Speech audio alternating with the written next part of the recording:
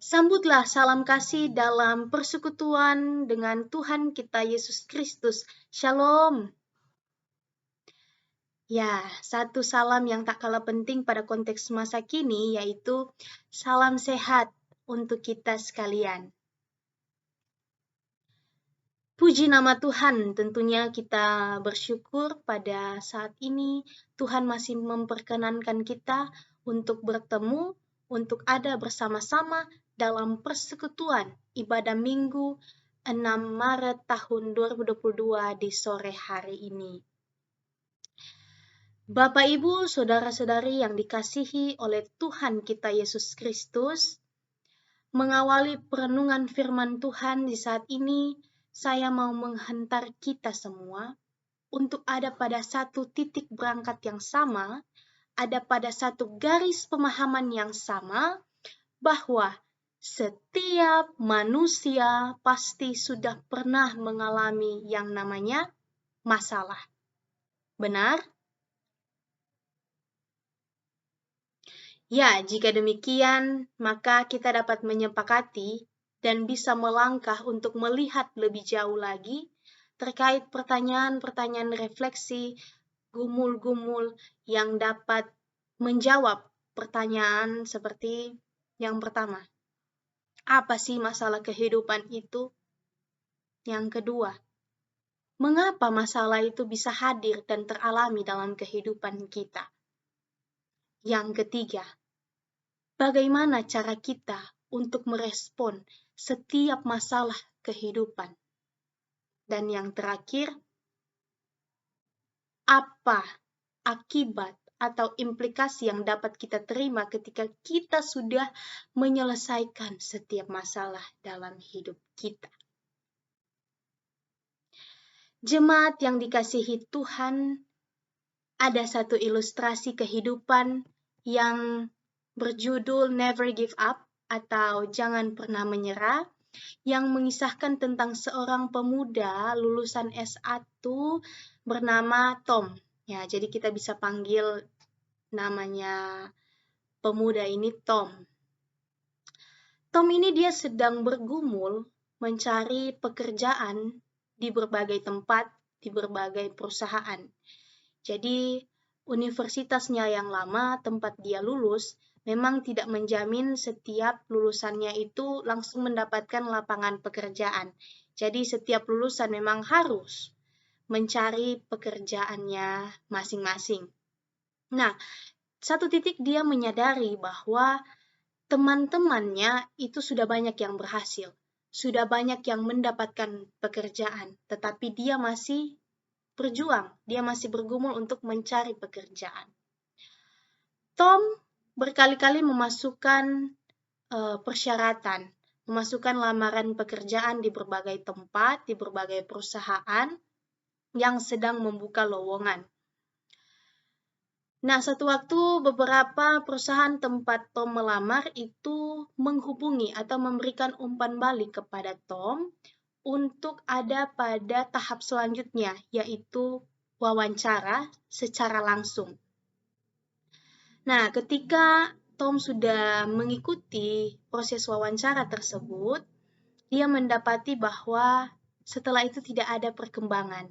Setelah itu tidak ada orang yang menghubungi dia lagi. Artinya dia belum berkesempatan untuk dapat bekerja di situ. Pada saat itu, Tom merasa mundur, merasa tidak mau lagi untuk melamar pekerjaan.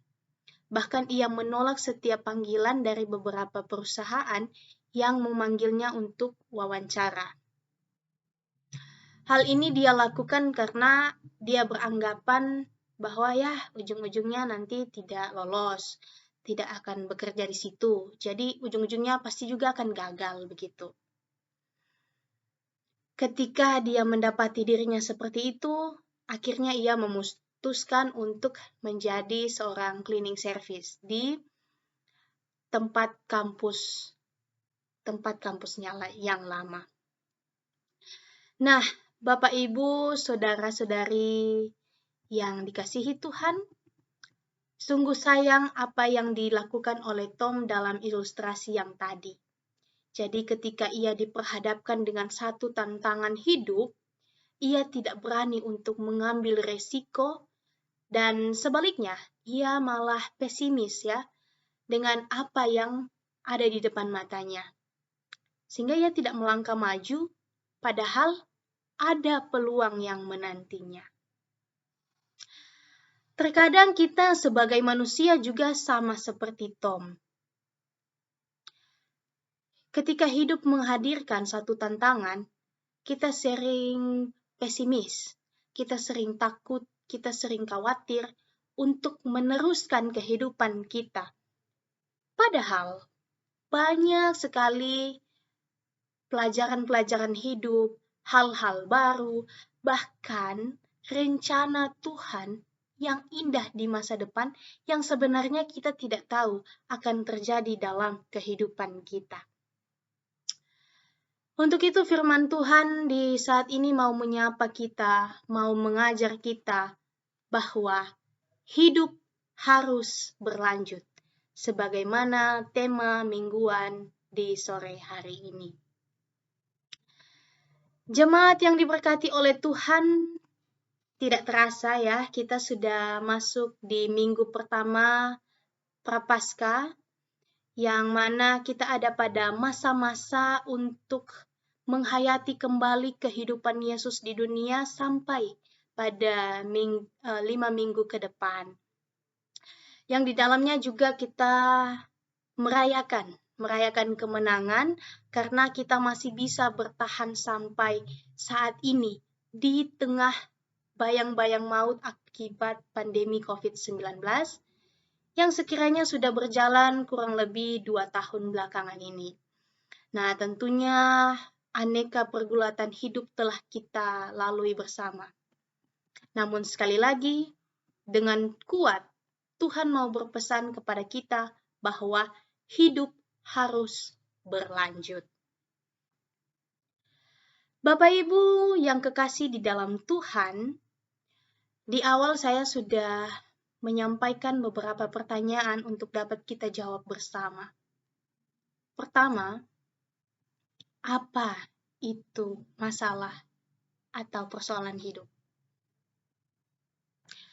Saya kira kita sebagai manusia dengan iman yang sudah dewasa, kita sangat paham dan bahkan akrab ya dengan namanya masalah. Segala sesuatu yang kita anggap itu ada dalam luar kemampuan kita atau kita sangat sulit menyelesaikannya, itu dapat kita sebut sebagai masalah kehidupan. Pertanyaan yang kedua, mengapa kita harus mengalaminya? Kenapa harus ada masalah dalam kehidupan kita? Menarik karena saya mengutip salah satu poin di buku referensi Menakar COVID-19 secara teologis, di mana di situ penulis menyatakan bahwa penderitaan ada sebagai ujian iman. Demikian juga orang benar akan dan terus menderita.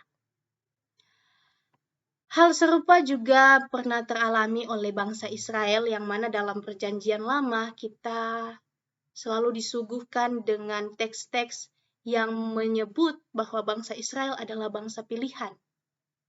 Tetapi ketika disebut sebagai bangsa pilihan, apakah memang benar perjalanan kehidupan bangsa Israel memang mulus-mulus saja? Tentu tidak, bukan? Nah, Bapak Ibu, saudara-saudari yang dikasihi dan diberkati oleh Tuhan, cikal bakal bangsa Israel yang dimulai dari keluarga Yakub tentu mengalami lika-liku kehidupan. Tak semuanya indah, bahkan banyak cerita yang sedih dan pedih di baliknya. Misalkan, anak satu-satunya Yakub bernama Dina, dia pernah menjadi korban pelecehan seksual. Adapun Yusuf, anak kesayangan Yakub, itu dijual oleh saudara-saudaranya menjadi budak di Mesir. Bahkan sampai pada bencana kelaparan yang mengharuskan Yakub bersama keluarganya mengungsi di tanah Mesir. Cerita tentang Yusuf ini tentu tidak asing lagi bagi kita.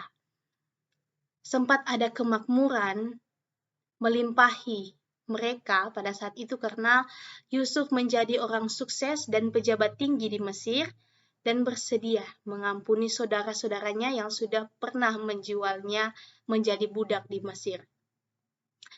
Tetapi kemudian sepeninggalnya Yusuf, mereka menjadi budak di Mesir, bangsa Israel dan keturunannya. Kemudian Bapak Ibu kita juga mengingat dalam peristiwa Eksodus, di mana Musa hadir membawa harapan baru. Ia membawa bangsa itu keluar dari tanah Mesir menuju ke tanah perjanjian. Lagi-lagi, lika-liku perjalanan hidup ketika keluar dari tanah Mesir diwarnai peristiwa-peristiwa pahit dan manis yang silih berganti. Di ujung perjalanan menjelang memasuki tanah Kanaan, Musa meninggalkan pesan yang luar biasa. Dia ingin bahwa bangsanya merayakan dan mensyukuri kehidupan sekalipun di dalam banyaknya luka dan derita yang mereka alami. Musa meminta kepada mereka untuk terus mengingat bagaimana Tuhan mendengar seruan umat Israel yang mana Tuhan menolong mereka dari berbagai kesulitan. Kita tahu bersama dalam peristiwa Eksodus tersebut juga tiang awan, tiang api itu menggambarkan atau sebagai simbol atas tuntunan Tuhan atas bangsa Israel. Demikian juga berkat makanan. Ada hujan roti, ada burung-burung di udara, dan mereka dapat memakan, memenuhi kebutuhan mereka dengan apa yang diberikan Tuhan. Hal ini menunjukkan bahwa Tuhan berpihak pada kehidupan. Kehidupan dalam artian bahwa manusia dapat hidup sebagaimana kita harus hidup. Itu sebabnya hidup harus selalu bersyukur seberat apapun keadaannya. Bapak Ibu, selain terkait peristiwa Eksodus, pemazmur juga ada dalam teks-teksnya itu menekankan bahwa perjalanan kehidupan pasti akan menemukan mara bahaya, kecelakaan, ancaman. Namun di atas semuanya itu, Tuhan sebagai tempat perlindungan dan perteduhan yang dapat manusia andalkan.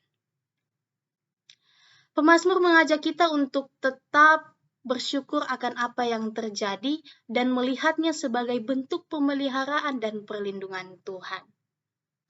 Kita pun sebagai gereja ikut terpanggil untuk menyuarakan kasih Tuhan Yesus Kristus bagi umat manusia. Hal ini disampaikan dalam surat Paulus kepada jemaat di Roma, yang mana mendorong gereja, mendorong kita untuk memusatkan hidup kepada Kristus melalui keselamatannya. Tanpa apa? Tanpa melihat identitas, tanpa melihat latar belakang yang mengikat pada dirinya, tetapi melihat iman, percaya, dan pengakuan akan Yesus Kristus. Jemaat kekasih di dalam Tuhan, dari apa yang disampaikan sebelumnya, kita dapat mengetahui bahwa siapa saja dapat mengalami tantangan hidup. Sekalipun itu orang benar, orang percaya yang kita lihat dalam teks-teks Alkitab, Tetapi hal yang penting juga yang harus kita ketahui, Yesus pun mengalami tantangan hidup. Penulis Injil Lukas dengan sangat baik menjelaskan kehidupan Yesus mulai dari kelahiran sampai kenaikan ke sorga. Hal ini juga ditekankannya sebagai segala peristiwa yang telah dia teliti secara saksama dari asal mulanya, sehingga penulis dengan yakin untuk mengambil keputusan agar membukukan Injil Lukas ini dengan teratur. Nah, Bapak Ibu sekalian, keteraturan tersebut dapat kita lihat juga dalam bacaan kita hari ini, yaitu ketika Allah mendeklarasikan Yesus sebagai anak Allah dalam peristiwa pembaptisan dan berlanjut pada pencobaan di padang gurun. Yesus dicobai iblis sebanyak 3 kali. Nah, dalam teks kita dapat menemukan bahwa iblis mencoba Yesus untuk mengubah batu menjadi roti, menawarkan kekuasaan di dunia ini, dan mau menjatuhkan diri. Jadi dia meminta kepada Yesus untuk coba jatuhkan diri dari kungkungan bait Allah. Nah, dari situ, dari segala pencobaan yang ada, sesungguhnya tidak akan melepaskan status Yesus sebagai putra Allah. Melainkan apa? Memenangkan dia dari pencobaan itu. Kisah pencobaan Yesus di padang gurun adalah gambaran dari pergulatan batin Tuhan Yesus tentang kesetiaan dalam mengemban misi penyelamatan dan solidaritas kepada umat manusia.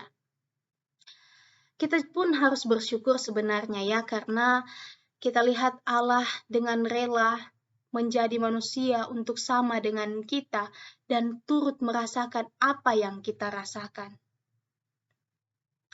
Bapak Ibu kekasih dalam Tuhan, perenungan kita di saat ini, apa yang sudah menjadi latar belakang konteks setiap teks yang ada, itu juga mau memampukan kita untuk berefleksi dan menjawab pertanyaan-pertanyaan selanjutnya. Nah, pertanyaan yang ketiga tadi yang belum terjawab, bagaimana sih kita merespon setiap masalah kehidupan yang teralami saat ini? Jawabannya, kita harus mengandalkan Yesus sebagai sentral kehidupan kita. Di kisah pencobaan yang tadi yang dialami oleh Yesus, ada penekanan bahwa segala sesuatu yang ada di muka bumi ini itu berada di dalam kekuasaan Allah. Yesus sekalipun tidak tergiur dengan segala penawaran iblis terkait dengan kekuasaan duniawi ini. Dia bahkan berbelok untuk ke jalan salib yang harus ditempuhnya. Untuk itu kita dapat melihat kuasa Yesus yang nyata di dalam dunia ini. Maka pantaslah kita untuk selalu mengandalkan Tuhan dalam setiap laku kita.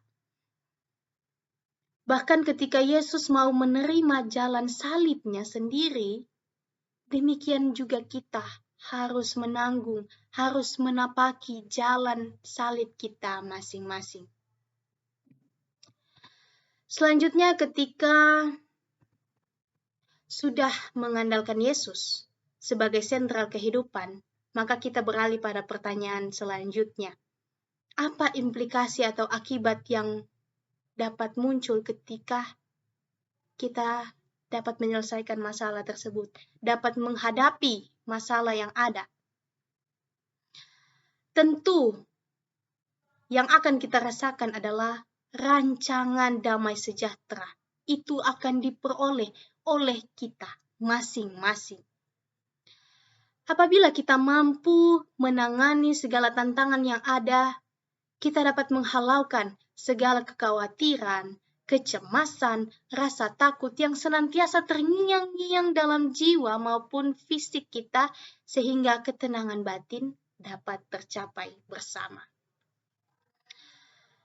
Mungkin di antara kita, terlebih saat pandemi COVID-19 ini, mengalami persoalan hidup, baik dalam aspek sosial ekonomi, pendidikan, kesehatan, hubungan dengan keluarga maupun sesama, dan bahkan dalam konteks jemaat di GKJ Randu Are saat ini, saya dengar Bapak Ibu jemaat ada yang memiliki usaha atau mengelola, misalkan usaha peternakan, perkebunan, pertanian, atau bahkan ada perikanan, atau bahkan usaha-usaha lainnya.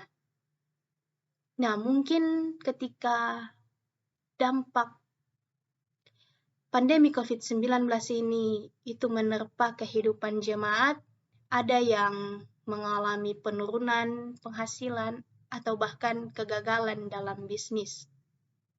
Kalau saya pribadi, saya bersama dengan keluarga, karena saya berasal dari Manado, jadi kalau kami keluarga itu mengalami terpisah akan jarak dan waktu begitu.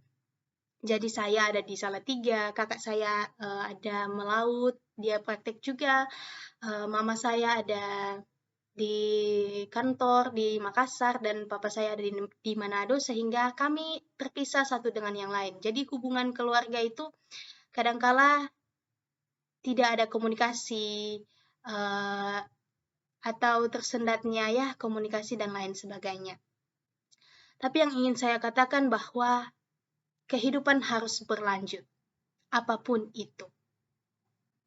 Nah, adapun mungkin saudara-saudari yang ada di sini itu mengalami kesulitan atau bergumul dalam pekerjaan, seperti Tommy tadi dalam ilustrasi atau dalam studi.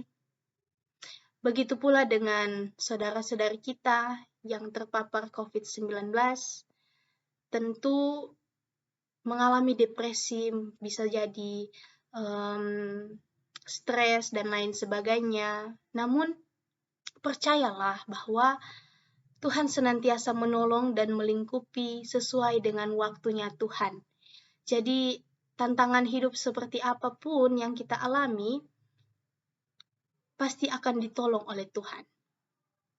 Kita bisa berencana atas apa yang akan terjadi dalam hidup ini, tetapi ingat bahwa Tuhan yang menentukan dan mengambil peran dalam prosesnya. Jemaat kekasih di dalam Tuhan Yesus Kristus, tidak ada yang dapat memprediksi kapan pandemi COVID-19 ini usai, kapan ini berhenti, atau bahkan kapan kita bisa mencapai herd immunity, yang mana kita bisa menyesuaikan dengan lingkungan. Segala pasang surut kehidupan yang menerpa kita, bahkan alam pemikiran yang masih mempertanyakan banyak hal, misalkan, hari esok bagaimana saya menafkahi keluarga? Bagaimana saya akan menyekolahkan anak-anak? Bagaimana saya bisa sukses dalam karir dan studi? Bagaimana saya bisa menghilangkan setiap kegaduhan diri, depresi, stres? Atau bahkan bagaimana saya bisa sembuh dari penyakit yang ada dalam diri saya? Dari sini saya ingin mengajak kita semua untuk mengimani seperti yang ada dalam PKJ 241, tak kutaukan hari esok. Jadi kan liriknya, tak kutaukan hari esok, namun langkahku tetap, dan seterusnya. Lalu pada refnya, banyak hal tak kupahami dalam masa menjelang, tapi terang bagiku ini tangan Tuhan yang pegang. Bapak Ibu terkasih, musim bisa berganti, tetapi kasih Allah itu abadi bagi kita semua, karena tangan Tuhan yang pegang. Percayalah kepadanya, maka kita akan diselamatkan. Roma 10 ayat 9 mengatakan, sebab jika kamu mengaku dengan mulutmu bahwa Yesus adalah Tuhan, dan percaya dalam hatimu bahwa Allah telah membangkitkan Dia dari antara orang mati, maka kamu akan diselamatkan. Ayatnya yang ke-11, barang siapa yang percaya kepada Dia tidak akan dipermalukan.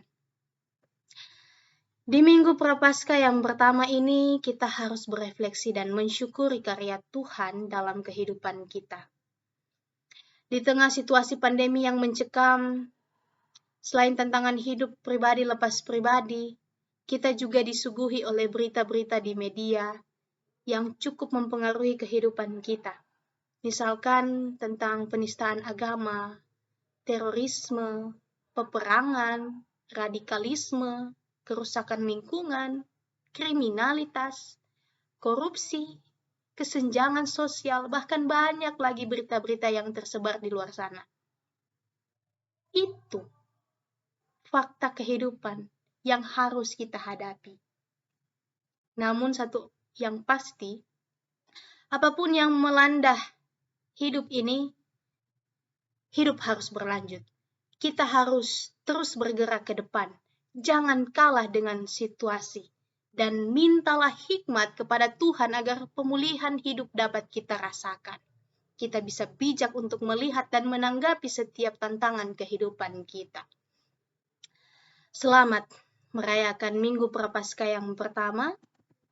Jadilah pemikul salib yang tahan uji dengan mengikuti jejak kaki Kristus, menjadi imitatio Dei. Soli Deo Gloria, Immanuel, kemuliaan hanya bagi Allah, Tuhan beserta kita. Amin.